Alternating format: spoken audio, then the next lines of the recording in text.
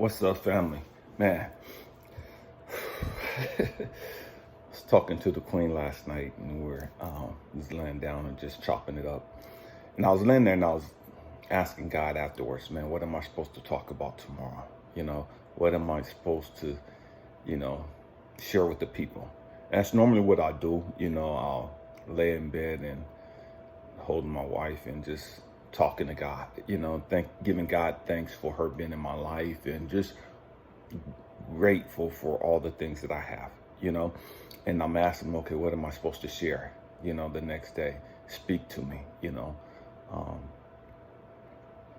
woke up early this morning, about 4 o'clock, a little bit before 4 o'clock actually. And the story came to my mind. I shared the story in the past, different perspective of it. I just want to have a heart to heart with you guys this morning. I get asked a lot, man, how do we change the way we think? How do we stop being so negative? How do we go from being, so toxic to so loving and compassionate and giving and nurturing and all these other things? It's kind of what we're going to talk about today. It's going to seem like there's a lot going on. Stay with me, all right?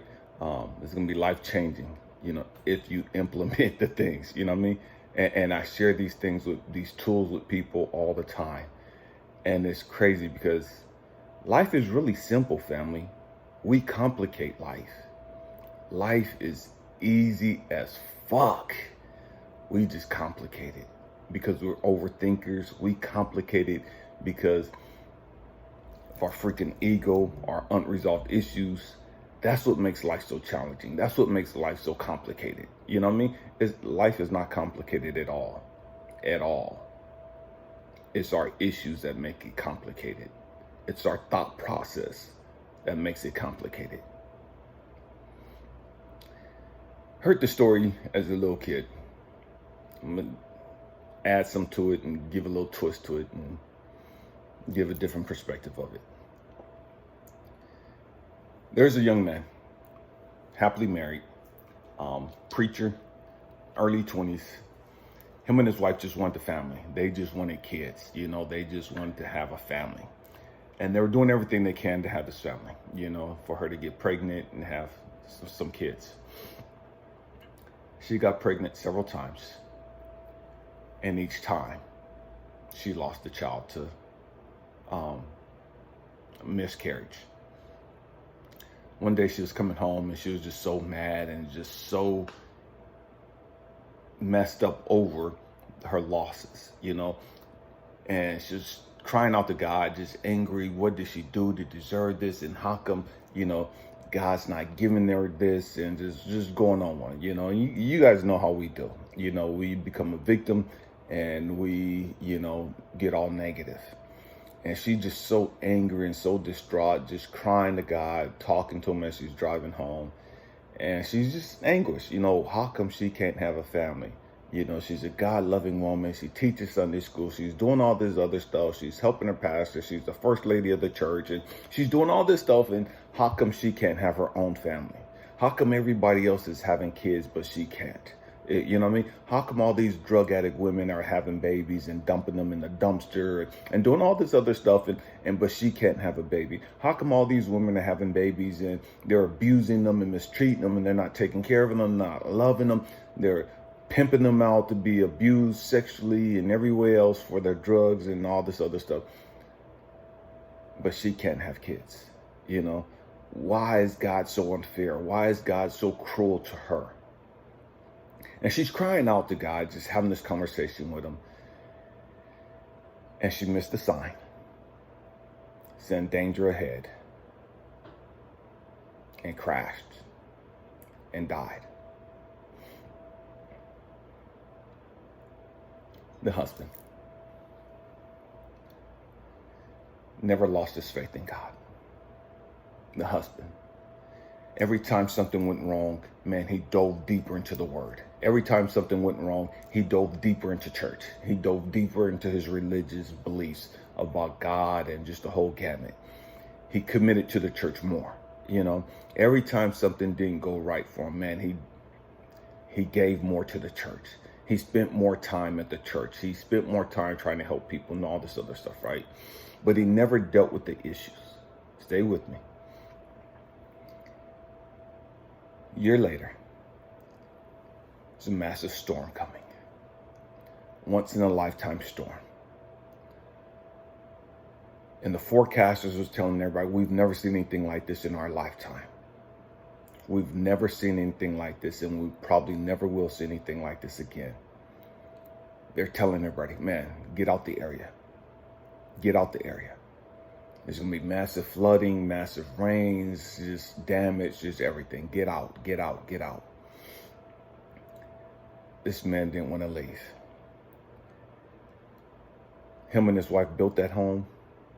That's where they're going to raise their kids. And years prior, he had a dream where him, his wife, their kids, their grandkids were all around in this home. And he held on to that dream.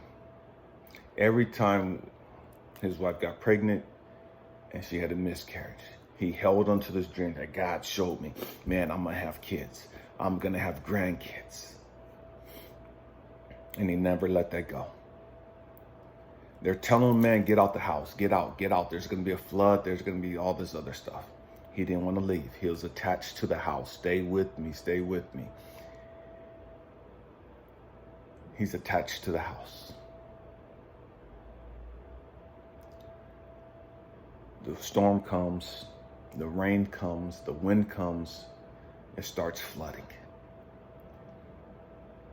This homosexual couple come by in a little platoon boat, little tiny fishing boat to get him out. Man, come on, let's go, let's go, let's go, let's go. It's going to get bad. It's going to get bad. I'm not going with you homosexuals. I'm not going nowhere with you homosexuals. And he just goes on this tirade about how homosexuality is against the Bible and just all this stuff, right? And they leave. After they get to safety, they call the fire department. And the fire department finally is able to dispatch somebody to get to this guy. The waters have increased. The flood is higher. It's now in his house. He's upstairs praying to God. God, you told me you were going to give this to me. You told me. He's holding on to the dream that he had.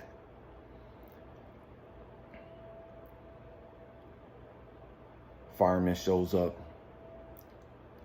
tries to get him to leave. I'm not going with you nowhere. My God's going to save me. My God's going to rescue me. My God's going to deliver me. My God is, so great, blah, blah, blah, blah, blah. Fireman leaves. Calls the police. Once he gets to safety. The waters increase. The storm increases. The guy's now on top of his house. The police come in the helicopter, yelling down to the guy, come on, let's go, let's go, let's go. We're sending somebody down to get you. He doesn't want to leave. He's adamant about it, how God is going to come save him, how God is going to deliver him, how God is going to hold true to his promise and all this other stuff. The wind increases. It becomes unsafe for the helicopter, and the fire and the police officers, they leave. And the man dies. He's standing before God, and he's angry. God, you lied to me. You deceived me. You told me that my family, I was going to have kids and that I was going to have grandkids, and you showed me this in a dream, and whoop, and my wife and I were going to live to be old, and you showed me all of this. Why didn't you deliver me? Why didn't you rescue me? Why didn't you save me? Why didn't you keep your word? He's on one. And God said, I tried.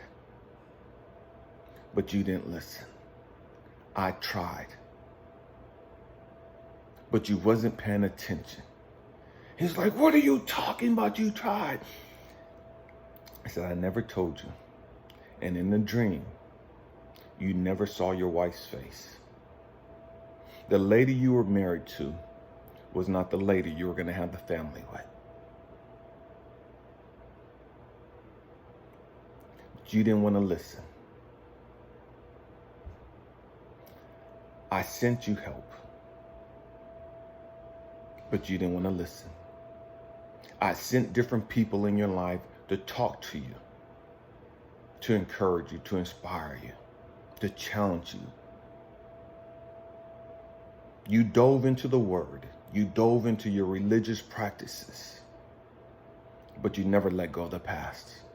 You were stuck on your attachments, and you didn't let go of the past. I sent a homosexual couple. I sent a couple to help you. You saw that they were homosexuals. You didn't want nothing to do with them.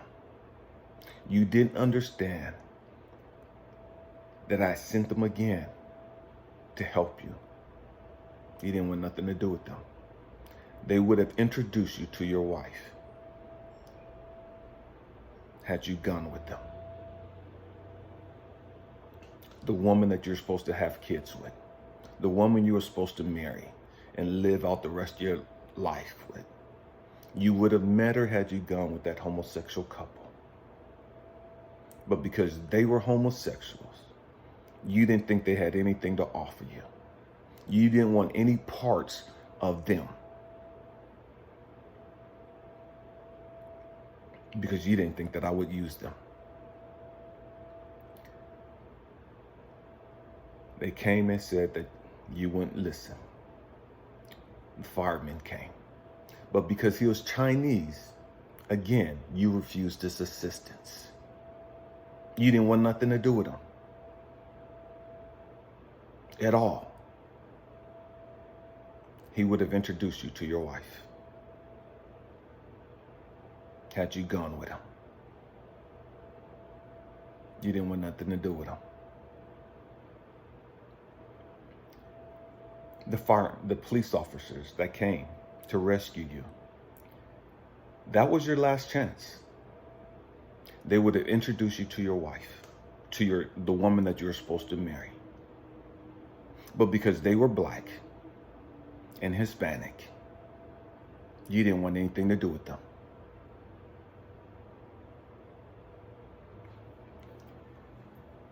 Why am I sharing that? What has that got to do with us? So often in life, we get attached to our beliefs. So often in life, we get attached to our experiences. So often in life, we get attached to religious dogma. And we think that this is the only way that life can be. And anything outside of this spectrum, anything outside of this box can't be of God. Anything outside of this box can't be right for you. And so you live this life in a prison that you created. And you put it on me, and I have absolutely nothing to do with that box that you live in. This prison, this cell, this dungeon that you live in. So often, God has brought the king or kings into your life. But you didn't want nothing to do with them because you're so attached to somebody else. You hadn't dealt with your issues. You hadn't resolved your mess. And so often what we do in our religious practices, in our spiritual thinking and craziness, we'll say, well, it wasn't meant for me. You let something go, and if it doesn't come back, it's not meant for you. That's bullshit. We have to grow the fuck up. What am I saying? So often somebody comes into your life that can change your life. Somebody can come into your life to enhance your life, and you don't see them and recognize them as the gift from God. Because you're so stuck on, I want this person. You're so stuck on, I'm in a relationship with this guy. And God has told you to leave that deadbeat motherfucker alone. God has told you to leave that abusive hoe alone. But you can't let him go. You know he ain't any good for you. You know he's always cheating on you. You know he's always disrespecting you and dogging you up and breaking your heart and abusing you emotionally and all this other. And God has told you over and over and over to let him go. But you refuse to let him go. And so your king comes through and he sees you, he recognizes you, but you don't see him. You don't recognize him. Because your eyes and because you're still attached to some madness, some mess. So often, our king, queen come through and they're pursuing us. But we're not paying them any attention because we're so busy pursuing some trap. We're so busy pursuing something that we should not be pursuing. We're so busy stuck in our freaking thought process of how this person's supposed to look, what ethnicity this person's supposed to be, where this person's supposed to be from, how much money this person's supposed to have. We get so stuck in all this stupid shit. And then we get mad and bitter, talking about there ain't no good men left. And man, all the good men are either gay or they're in prison or they're married or you know what I mean? All this stupid shit. No, you got stupid ass fucking expectations and standards that God ain't gave you. But you so stuck in your fucking standards and your fucking expectations, you're gonna live the rest of your fucking life alone. Miserable and frustrated and angry. How come you never got your king? How come your king never appeared? How come your queen never appeared? Your king and queen may have appeared multiple times, but your trifling, ignorant ass wasn't ready for them. And what I mean you wasn't ready, you could have been ready for them. You chose not to be ready for them. You could have left the stupid shit alone. But you chose not to leave the stupid shit alone. You could have left your stupid, ignorant thought process alone and changed your ignorant thoughts, your ignorant stereotypes, your ignorant ass expectations and criteria. And so you missed out on your kings, on your queens. And some of you, the hard reality is you're going to live the rest of your life fucking lonely. The sad reality, a lot of you are going to live unfulfilled lives because you won't grow the fuck up emotionally. And then you'll blame it on the opposite gender. You'll blame it on whatever the fuck you want to blame it on. Well, God's my husband. God was never meant to be your fucking husband. Grow the fuck up. Jesus is all the man I need. Jesus was never meant to be your fucking husband. Grow the fuck up. And stop using that lame ass fucking deadbeat excuse because your trifling ass won't deal with your fucking toxic issues. Now you want to blame God. Now you want to blame Jesus. Now you want to blame man. Now you want to blame women because these motherfuckers won't meet your expectations. Maybe you need to deal with your fucking expectations. Maybe you need to reassess your fucking expectations. Maybe you need to deal with some fucking issues that you haven't dealt with.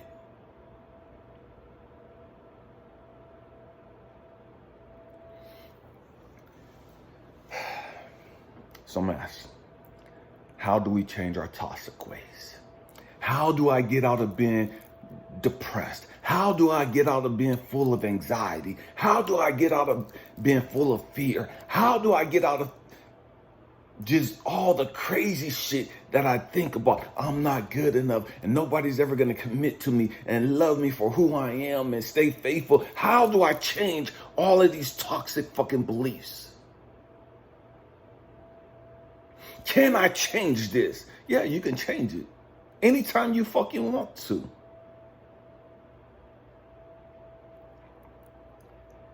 So many of us, and I talked about this in a video maybe 2 days ago, about, man, we get so comfortable.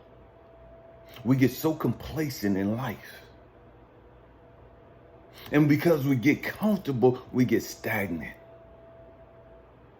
Oh, I don't have to change anything else. I'm good just the way that I am. These motherfuckers need to elevate and get up to my fucking standards. No, motherfucker, you got some fucking unresolved fucking issues. You need to grow the fuck up.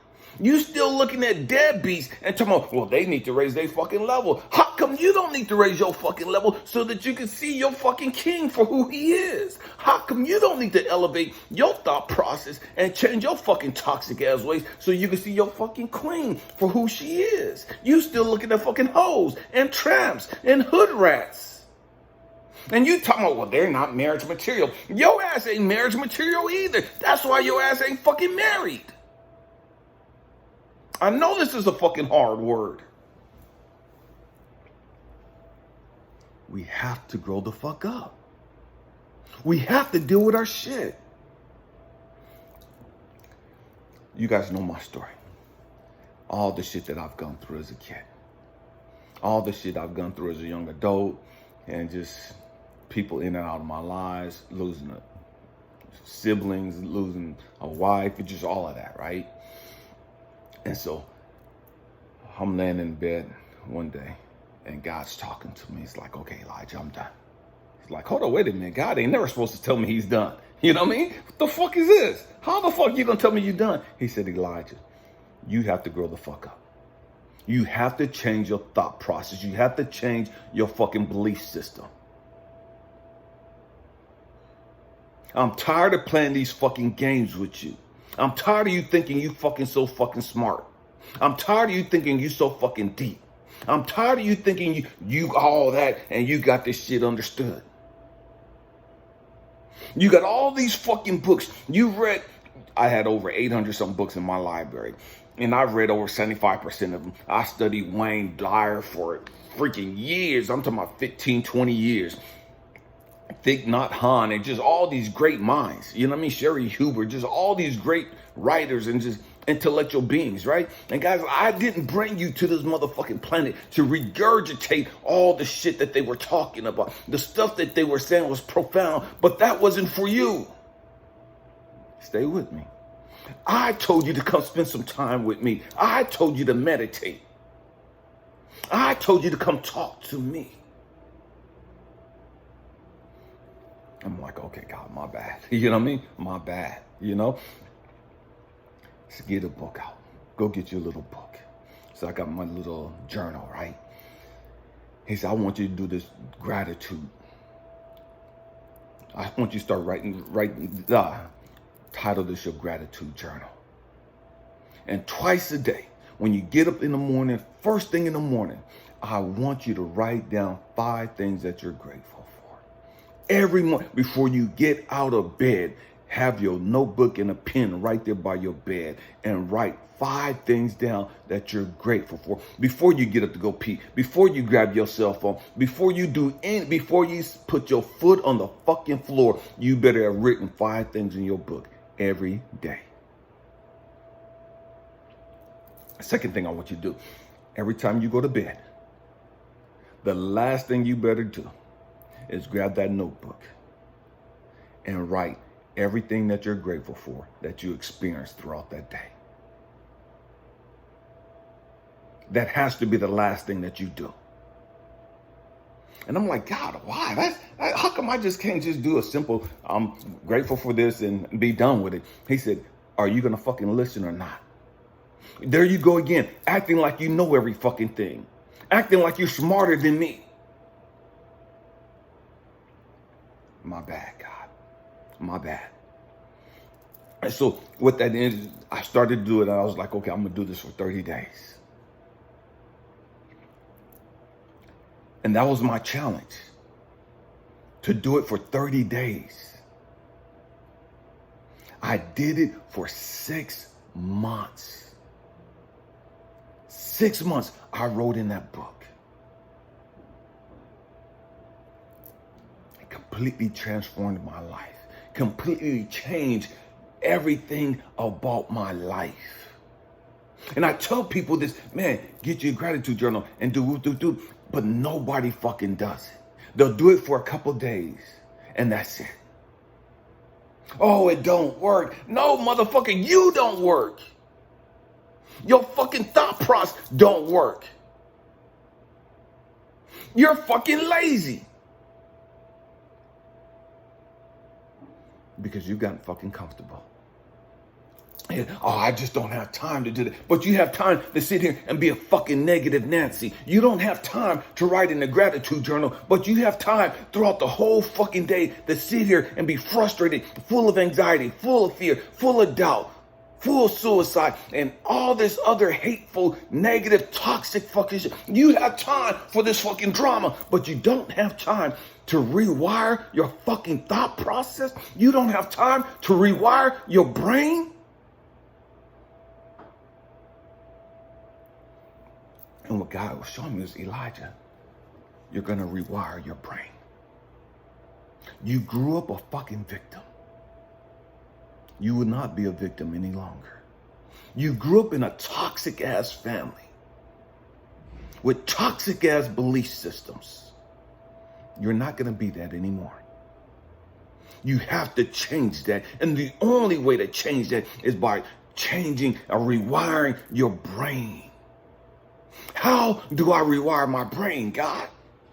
I'm not no neuroscience doctor or whatever physician. How can I do that? Get your fucking book and write in it. It's about getting on the right frequency. Things I learned through this process was that, man, I went from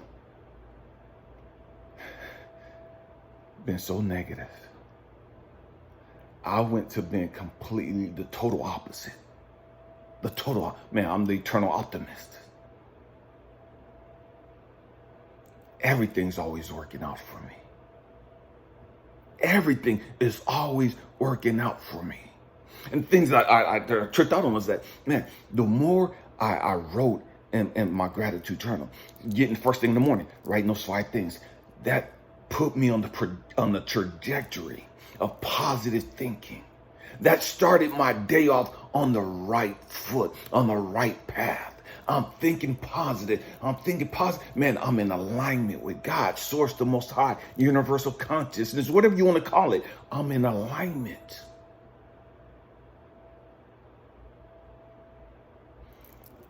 Going to bed at night. Before I went to bed at night, I'm writing in this book. And I come to understand, dang, I'm in alignment. So I start my day off and I end my day in alignment. Completely changed my sleeping pattern. It completely changed everything about me. Because what I had to understand, what I had to learn was, we watched these Secret, the movie, whatever, Secret on Netflix, I think it's on Netflix or whatever. And it talks about the law of attraction. What God had to show me was, man, what you think about, you bring about. Because it's a frequency thing. It's not so much what you say. It's a what frequency are you on? By writing in this gratitude, man, you learn to be grateful. You completely change your frequency. You're thinking about all this stuff that you're grateful for. And the trick thing with me in this book was I would take my book with me now. And then I started leaving my book and I just have my phone and in the notes section of my phone because I didn't want to miss anything that transpired throughout the day that I was grateful for. And so I'll just write a quick note in my phone. Man, I saw these deer and I saw these turkeys and I saw this and I saw this hawk and I saw this eagle and I saw these owls and I caught all the lights and man, this person came up to me and blessed me with da-da-da-da and all this. So I'm writing it in my phone. Why? Because I didn't want to miss anything. So when I go home, I could just transpose everything from my phone to my book. Because I didn't want to miss something. Stay with me. And so what God had to show me, what God was showing me through that was, man, Elijah, your life hasn't changed. All that's changed is your focus, your attention. You completely changed your frequency. You went from seeing all the negative shit. You went from focusing on all the toxic bad shit you didn't want to experience and had to deal with. Now you're focused on all the positive stuff. And so because you're on that frequency, man, the law of attraction, the universal law of frequency is, man, what you think about, you bring about. Because you focus on negative shit all the time, that's what occurs in your fucking life. Because you think about negative, toxic shit all the time, that's what universe, oh, you must like this. I'm going to give you more of that shit to think about. Oh, because the universe don't give a damn how you feel about it. Oh, that's where your attention goes. That's where your attention goes and all that negative shit. You must like that. Here, have some more of this disrespect. You must like that. Here, have some more of this negativity. You must like that. Have some more of this broke mentality. You must like that. Have some more of this victim mentality. You must like that. Have some more of this lack mentality. Whatever you think about and focus on, that's what you're going to get more of.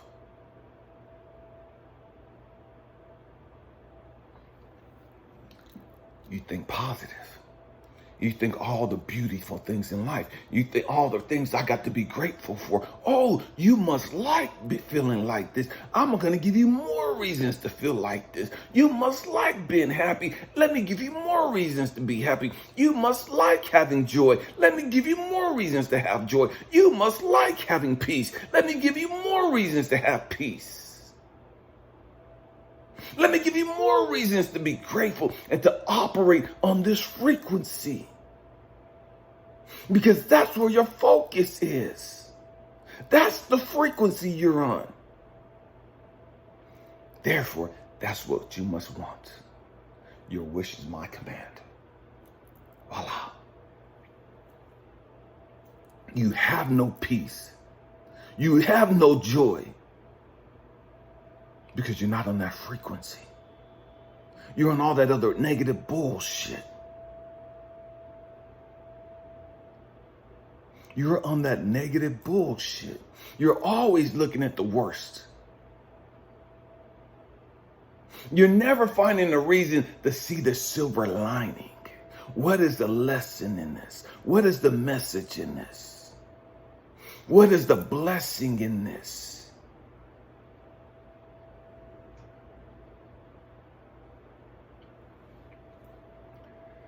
We have to grow up. Just because things don't work out the way that you want them to doesn't mean that things aren't working out for your good. Just because God doesn't answer you the way you think he's supposed to doesn't mean that he's not answering you. But because you're so full of bullshit, so full of negative, toxic ass fucking belief systems, and your fucking religious crap has got you fucked up, your belief system has got you fucked up, your negative energy has got you fucked, you can't see the movement of God. You can't see how God is trying to orchestrate and move some things in your life. Because you won't get in alignment with him.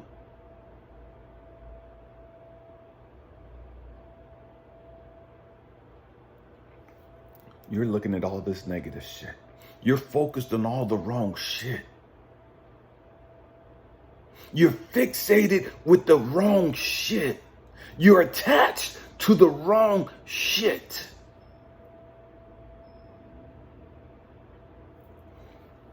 What attachments do you have that's keeping you from having peace of mind?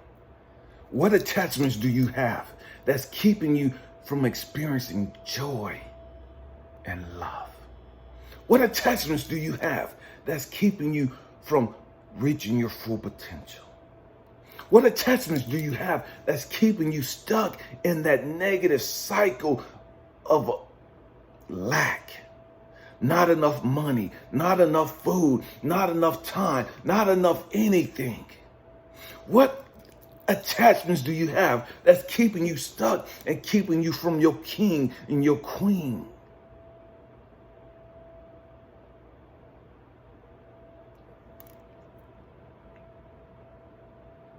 It's all in your thought process. It's all in your thought process. You're attached somewhere that you shouldn't be. You're attached. Man, this is how it's supposed to be. Thus said the Lord. The Bible says da da da da da, and it has to be this way. And you, okay, do you? Do you? You'll be bringing your ass right back here. Do you? You're gonna have to grow the fuck up sooner or later. You're gonna have to deal with your bullshit sooner or later. You're gonna have to change your fucking frequency sooner or later. You will never reach your full potential. You'll never reach that plateau or that place of peace, unconditional love, joy, and bliss. Always focusing on negative shit. Always listening to negative shit. Always watching negative shit. Always consuming negative, toxic shit.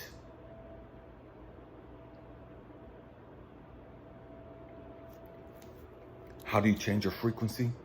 Man, exercising changes your frequency. Getting some sunlight changes your frequency. Getting proper rest changes your frequency. Eating and drinking the right stuff changes your frequency. But you also have to do the fucking work emotionally. You also have to let go of some fucking emotional attachments. You can eat right, exercise, get all the sunlight, but if you don't deal with the fucking emotional attachments,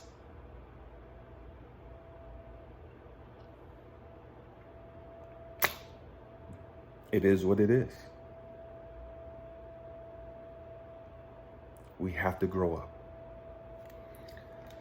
My hope and prayer is that something's been said to encourage you, to inspire you, to challenge you, to motivate you, to get unstuck, to detach from all that negative, stupid shit. Get your gratitude journal. Start writing in it. You don't understand how much that's going to transform and change your life. I love you guys. Man, it is what it is. I wish you the best. Happy healing. Peace, family.